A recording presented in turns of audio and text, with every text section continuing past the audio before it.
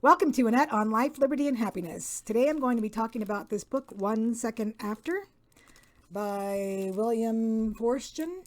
And this is from 2007, and I'm surprised I didn't hear about it until recently, but it's about what happens to America after an EMP goes off, an electromagnetic pulse. And if you're not familiar with it, I highly recommend that you read the book because it's very eye-opening. Things that you've never thought about happening, or just not when you usually think about prepping. You don't think about the things that you would need to prep for something like this. Because what happens when an EMP goes off is that all of electronic devices are just fried. And so, your phones, your cell phones don't work, landlines don't work. Well, some old landlines work, but landlines that are connected to the Wi-Fi.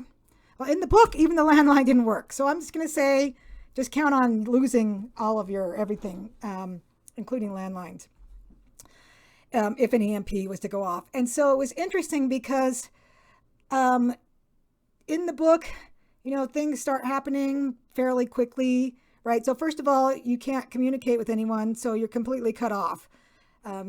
And that to me would be probably the most difficult thing because you don't know what's going on. They had no clue what was going on. The main character knows what EMPs are, so he starts to kind of figure it out. But, you don't want to think that's real, right? Because if it is, it's devastating. And so, the power went out. Of course, the refrigerator, everything is shut down.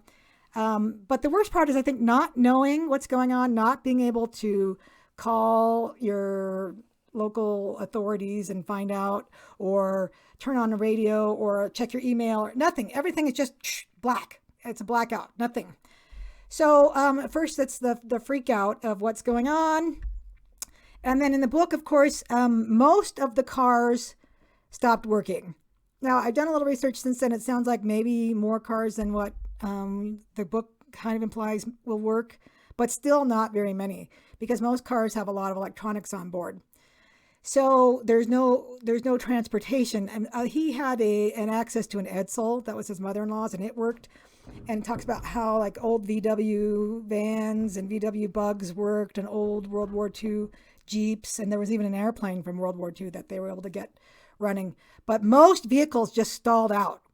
So all of a sudden, everyone's just stalled and stranded wherever they happen to be at that time. Right, so you have people trying to get back to their city if they're not in their city, or back home from work or whatever. But all of a sudden, everything just freezes, right? And there's no way to call anybody to find out what's going on. So obviously, things start happening fairly quickly. And it was interesting because everybody, you first start gathering food and water and trying to make sure you have access to that. But then other things start happening that you might not think about, like people that were really out of shape started dying because they were doing things they weren't used to doing, and their system couldn't handle, like hauling water in buckets, chopping firewood. So you had those deaths and accidents because people aren't used to doing things like that. So, a chainsaw, if there was, I think, if you had a gas-powered chainsaw, you could still get that to work. But if you're not used to using a chainsaw, there is an accident and there's no emergency room that you can take the person to. And so things like that started happening. So first of all, you need to think first aid kit and medication, because the second thing that became an emergency situation pretty quickly is that like the daughter in this book, his daughter was a type 1 diabetic. I think those are the ones that are insulin dependent. And, they only have so much insulin, and it's in a refrigerator, and then the refrigerator dies. So the main character goes down to the drugstore, and he's able to kind of beg for and get some extra insulin. And then he grabs some ice and an ice chest, and he's able to keep some of it for longer than usual. But in this case, when it's long term, this book ends a year after, and everything's still shut down. So he ends up losing his daughter, which was just heartbreaking. I cried a lot during this book. It was so hard to take because I think what this book illustrates is that we are really soft and we are really dependent on our electronics and on our transportation system, because medication that you're used to just going down to the drugstore to get is not being delivered to the drugstore. It's like we think everything's just there magically, right? Well, if the trucks aren't getting through and the factories aren't running and creating insulin or other medications, they're not there. So think medication. If you have something that you're dependent on for whatever reason, always have at least a 30-day supply. Ask your doctor if you can get an extra prescription if you need to get a supply, which reminds me, I need to start stockpiling some stuff. Because the other thing that was interesting was that, so first people were having accidents and dying of heart attacks from not being used to the strenuous work. So get in shape, get into decent shape, really. If you're not used to exercising at all, do some exercise regularly. Then the other thing was that, okay, so people that were on medication that they were dependent on to keep them alive, those were the people that were starting to go next. And then accidents, chainsaw accidents, just things that would ordinarily not be a big deal would kill people off. And then, when things started getting desperate, suicides, just lots of suicides, really sad. Really, really sad. Okay, and then they were trying to figure out long-term how they were going to make the food last. So something else you want to think about is seeds. You want to have seeds so you can continue to grow food in the next growing season. Shoes. If you didn't have a couple of decent pairs of tennis shoes, you don't want to walk around in heels, and you don't want to walk around in work shoes that aren't good walking shoes. If you have to walk a long way and you walk out of your shoes, then you're stuck. So you should have a good extra pair of shoes. All right. So anyway, then, of course, they're trying to figure out how to keep life going, and the things that were happening after that was the things that you would expect to happen. People started fighting each other. We had roving bands of bad guys. One of the reasons why they lost almost or more than 80% of their population. And part of that was that there was a gang of bad guys going from town to town and just decimating the place. And so they knew, because they had this airplane, they knew they were coming in. So they got a defense ready. And they had these soldiers that they'd been training that were just college students. It was a college town, and they trained the soldiers. I'll have to say it was in North Carolina. I think North Carolina. At this little Presbyterian college. I was thinking if this was in Provo, they would have been much better off, because think of all those year supplies, right? I don't think we have generally year supplies because we think it's going to be a year that we're not going to have stuff. I think it's a year supply because 9 out of 10 of your neighbors are going to have very little supply. And so we're going to be sharing. I think that's why we need a year supply. So keep stocking that stuff. Right. And so then there were just illnesses that would ordinarily not be a big deal or would not happen. There's salmonella from the food not being refrigerated, and so going bad before it's cooked and people still eating it. Cholera. There was even towards the end, they think that they had the bubonic plague back again. Just things that we're used to being in a highly sterile environment with lots of medications. And when our fragile, I see it as very fragile now, system collapses, all of a sudden we don't know what to do. We don't know how to survive. So you also might want to think about getting some survival books. I have one that I shared on before. I'll try and find it in a second. But to tell you what to do in a survival situation. The 72-hour kit that, of course, I've shared with you before. And I'm still looking for subscribers. I still need a few more subscribers before I give out a free 72-hour kit. But so they had, all this violence going on and all of these illnesses. And so anyway, it was a long-term thing, and it was very, very sad. And they eventually figured out how to, if you have any old how-to books on how to do things from the olden days, save those. Oh, also, they were having to start canning things. If you don't know how to can things, you might want to learn how to can things and have a supply of empty jars with lids. You'll be the most popular person on the block if it gets to that point. All right, and so they get to the end of the year, and finally, after a year, and they lost 80% of the population to all the above named things. And the troops finally come in with some MREs and other supplies. And of course, by now it's too late for most of the population. But what was interesting was they didn't, in the book, they talked about the fact that they knew that 3 nukes had been set off in the atmosphere, but they didn't know where they came from because the ships that they were on were then destroyed. But what was interesting is that after that, apparently Mexico came in and took over to protect Texas, but basically took Texas back, right? And then China came in through the West Coast and came in to help out the West Coast. We're building things, but we're not showing any signs of leaving.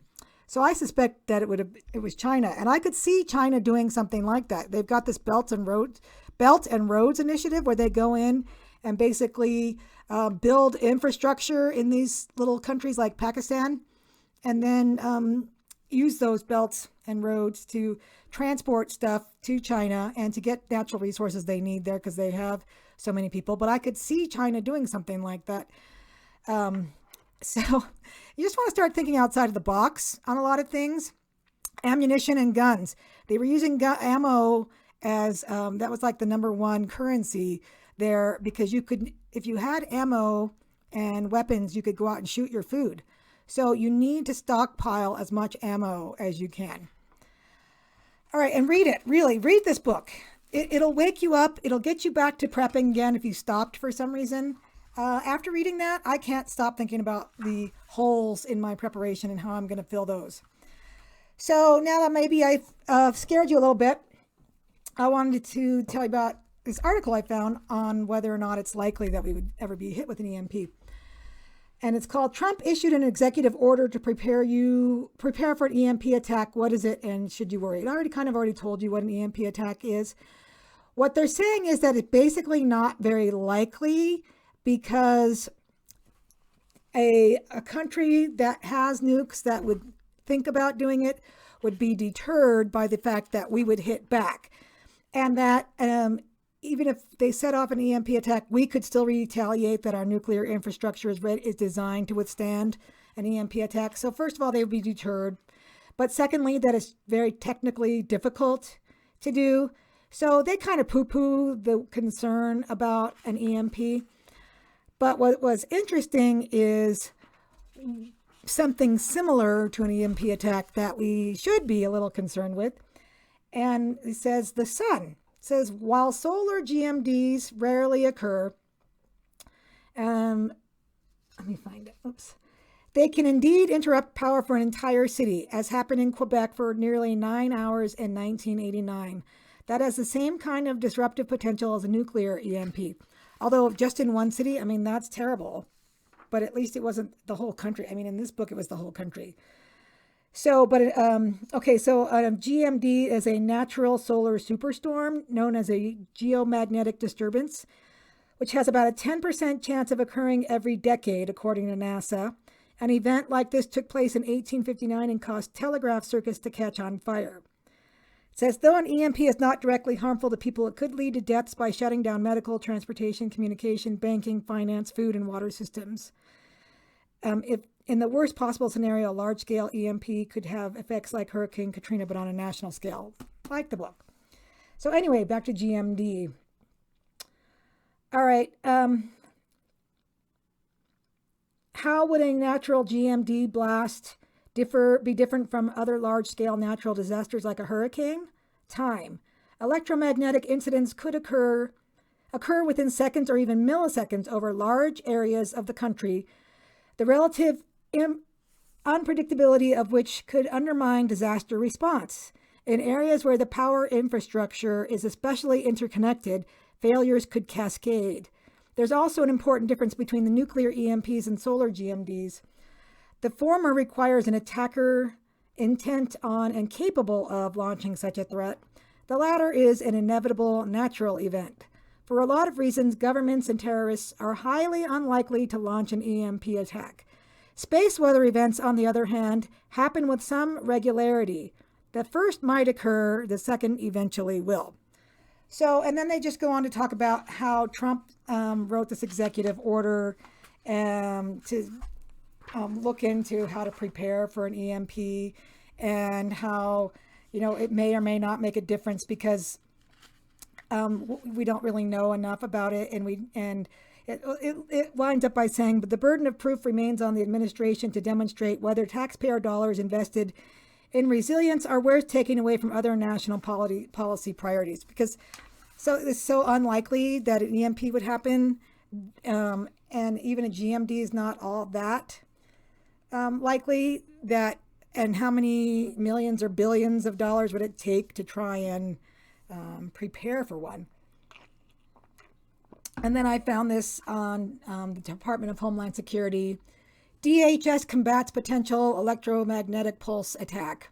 And this is September 3rd of 2020, so it's just last year. And it basically just says that it says the department is identifying critical infrastructure and associated functions that are at greatest risk from an EMP and developing and implementing best practices to reduce the risk.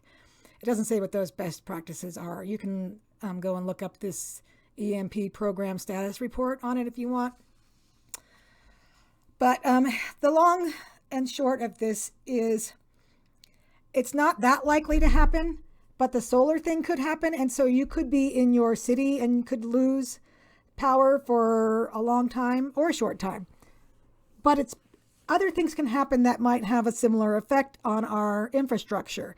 And if our infrastructure goes down, even if you still have, say you still have communication, but transportation is down. Well, just look at COVID, right? In the last year and a half, how many times have you gone to the grocery store and seen some empty shelves?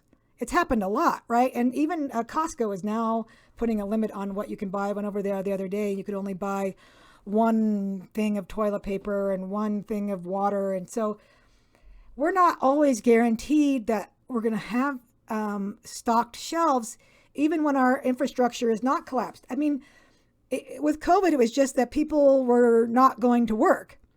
So obviously we are heavily dependent on our infrastructure, meaning trucks being able to bring supplies into stores, right? If that shuts down, or if people aren't working and supplying the trucks with the stuff to take to the stores, it's not going to be there. So if it doesn't take that much to disrupt that infrastructure, then you need to be prepared for it to be down for a length of time. 30 days in the book, in the first 30 days, they lost, 40% of the population or something. I mean, it was huge. So make sure you have your medications. Make sure you have a 30-day supply of medication. Make sure you have at least a 30-day supply of food and water. Have extra shoes, have medications, have ammo, have weapons, have toiletries, have TP and shampoo and wipes and things like that. And read up on what it takes to do a little survival. If you have to go out into the wilderness for a little while, do a little reading on that. Have camping equipment. I know camping sucks. I don't like it either. But I would rather be equipped for it if I need to do it than not. So have sleeping bags, have tents, have tarps, have knives. Watch some of my past episodes on prepping.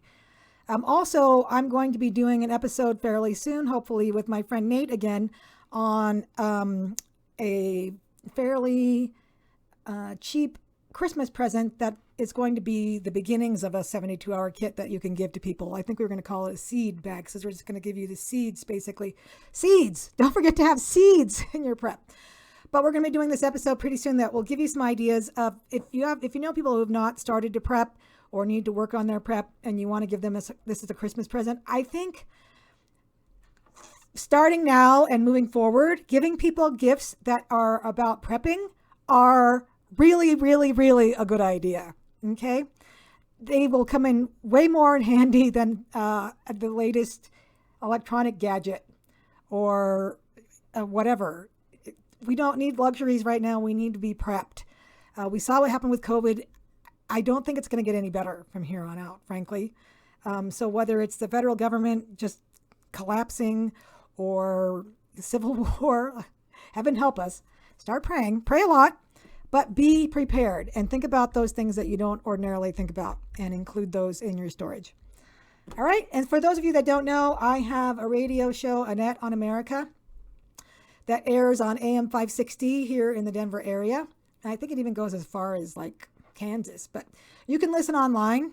Find it. Go to KLZ AM 560 Denver, and there's you can listen online. You can listen on Alexa or on an app that you can download.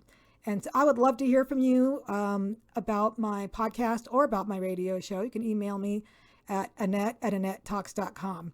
And subscribe, have your friends subscribe. And I think I only need 7 more subscribers, and then I'm handing out a free 72-hour kit that my friend Nate made for me. He's just waiting to send it to someone. So help me out. All right. Thanks for listening to Annette on Life, Liberty, and Happiness, where freedom lovers gather.